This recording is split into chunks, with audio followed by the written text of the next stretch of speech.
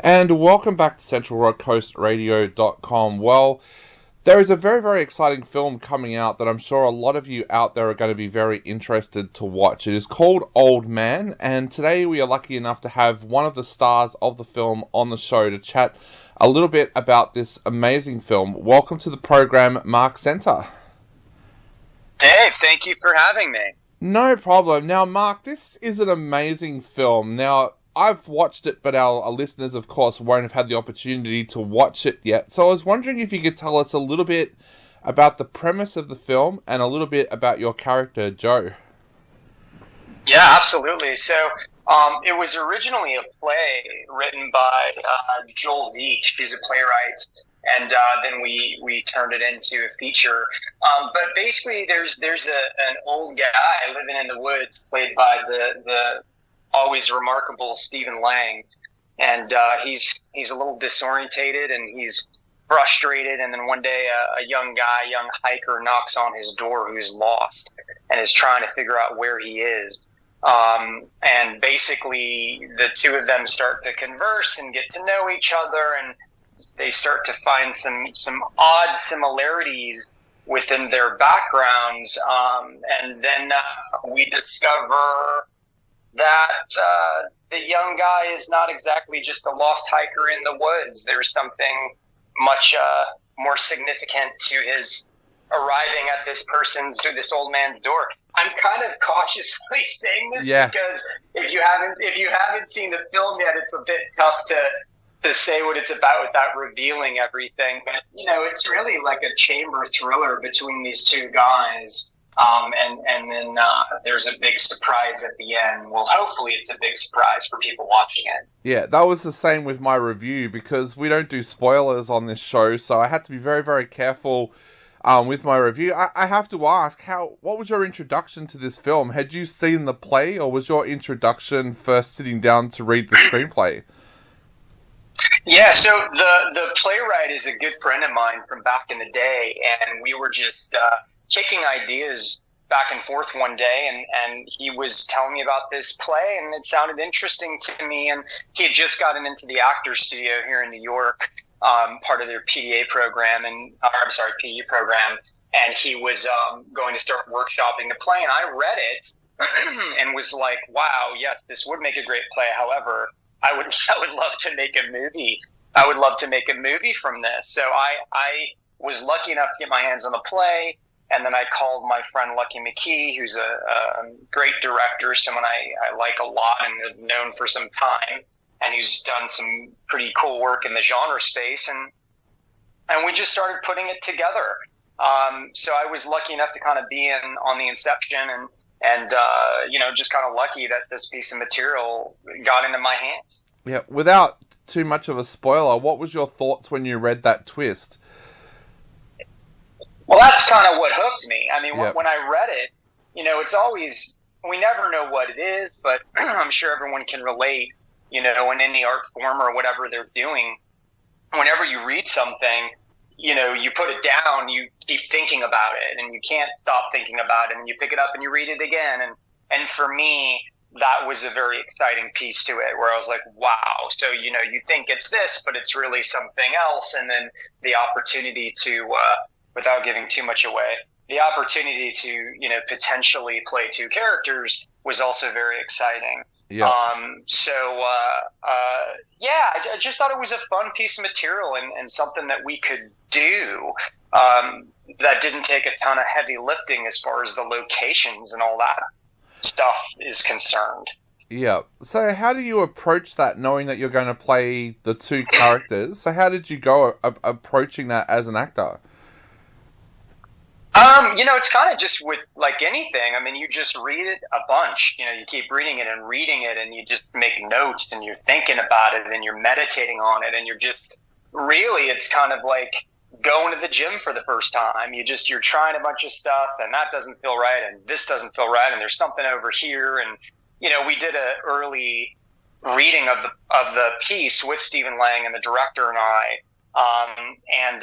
I wasn't quite getting it, and he let me know the Joe character, and I had to go back to the drawing board, and finally I found something that kind of locked me into it. And it's different in everything you do, I suppose, but there was one thing that I kind of discovered, frankly, it was with the accent. It was like something I kind of picked up and discovered with working with the accent that kind of opened something up and unlocked something for me and just gave me a lot of freedom to play and explore. And then with the other character, that was just, bit of a similar process, but a very, very fun character to try to get into. Not as challenging as the first, I don't think, but so yeah, you just swing the bat and see what works, man, and what doesn't work, and just keep trying and take risks. Definitely. Now, audiences are very, very weird. It's funny because I was reading online, a whole lot of people seem to have gone into this movie expecting it to be Don't Breathe 3 because Stephen Lang's in it. As someone who's played a very, very big part in the film, is that kind of frustrating when people don't view a film on its own, that they expect it to be something else because of an actor that's attached to the film? Yeah, look, people watch movies and they fall in love with movies or a character from a film, and there's something that person's doing that excites them or they relate to, and they like to see that. So I can understand going into a film saying, oh, it's this guy. And, look at Jack Nicholson. It's like, one of the greatest. It's, he may be playing different characters, but you're showing up to see Jack be Jack. So I don't fault people for that. But I definitely feel like, it is a little bit, I don't want to disappoint, but, we're not some fast-paced, horror movie with heads flying off and jump cuts. It's like, that's just not the movie.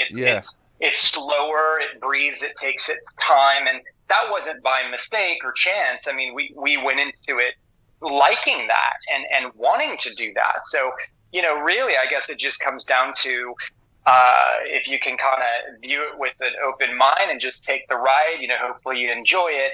But if you thought you were showing up to see AC/DC and, maybe it's a jazz quartet, then sorry. Yeah. It's like maybe a bit of a different experience for you. Now, I have to ask, Stephen Lang, of course, is an actor that a lot of people know and love, and he's a brilliant actor. What was it like acting alongside him in this film, and how did you get him involved with the film? Yeah, so it was anything and everything that anyone could imagine. I mean, it was really wonderful to get the opportunity to work with someone like that because, aside from his vast work in film and, playing these parts that we all know and love outside of even the Avatar franchise, he was a big stage guy for years, and he's just a really great person and just such a superb actor with such experience. So for me, and I also think for my director and others, it was really just such a pleasure to not only work and play with him, but to learn from him, because he's been doing this for so long. Of course I had some nerves when we started, but, I was really prepared, and it just is a testament to who he is. It just kind of was a lot of times kind of effortless and really fun and very, very, creative. It was just the best, and I can't wait to get to do it with him again someday, hopefully. And he was cast, and he was someone that we had wanted, and thought of, and that was kind of our guy. And fortunately, he read it and liked it and responded to it, and we were just simply lucky enough to get him. When you say learn from him, how did you learn from him? Did you just watch what he was doing on set, or did you talk to him? I asked that question because I've recently had a friend who's been in a theatre production with a big Hollywood actor, and on opening night, I said to them, how are you feeling? And they said, oh, I'm so nervous. And I said, oh, you've done this a million times. You'll be fine. They said, no, I'm nervous because I'm going to be on stage with her. And everyone's going to be looking at her and thinking how good she is and how bad I am. And I said, it'll be fine, it'll be fine. But what did you mean when you said that you learnt from him? Yeah, I can tell you there's one thing he said to me that really stuck with me. And this is just from the man's time doing the job. And, he said something to me once where he was like, it's not always, there's no wrong choice. Like, we're making choices as actors, but what's the most useful choice? Now, some people may hear this and be like, I know that or this and that, but I've been studying for, my God, almost 2 decades with great teachers, and you just hear little pieces like that from someone like him, and you're like, whoa. And you just start to think about it, and you go, well, I wonder then if I, went about this a different way. And I think he's really good at blocking, which also has to do with just his experience on stage. Yeah. So there were a lot of times where, frankly, we're in this, this relatively small space, and I think the director did a phenomenal job with moving us around that space. But he was very helpful with that, where he would just kind of jump up and say, I'm going to go here, and I'm going to do this, and maybe you come over here, and da-da-da. And it was just kind of like, this is a guy who's been on stage for 20 years and in front of the camera for 40 years or however long it is. So it's just, it's things like that, frankly, when you're working with someone like that, you're grateful, and you gotta learn and say, man, how is he doing this, or where's this coming from? And that's just from his time, his hours on the field. So I thought he was really excellent with understanding his space. Yeah. And how to use the space, which is important stuff. Yeah, the film feels very claustrophobic when you're watching it. Did you feel that feeling when you were there with Stephen together filming the scenes in the cabin?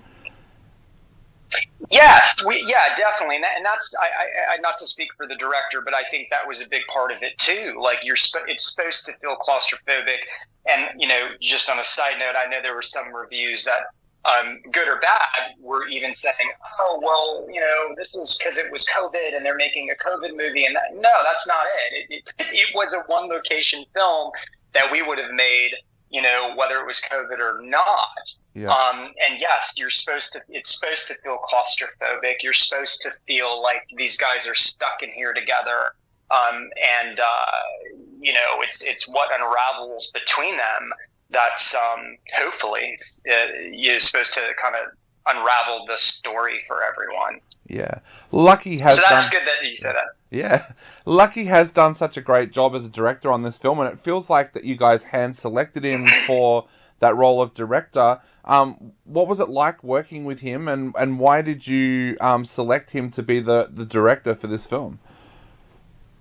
Yeah, so I've known Lucky for, God, almost 20 years maybe, just literally when I got my start in Los Angeles. I did a film called The Lost, which was a Jack Ketchum adaptation that Chris Sievertson directed, and Lucky McKee was a producer on that film. So that was like my first lead in a film, and so I had met him many years back, and he had become kind of one of, just in my circle of friends, those guys that I knew and hung out with and frankly admired.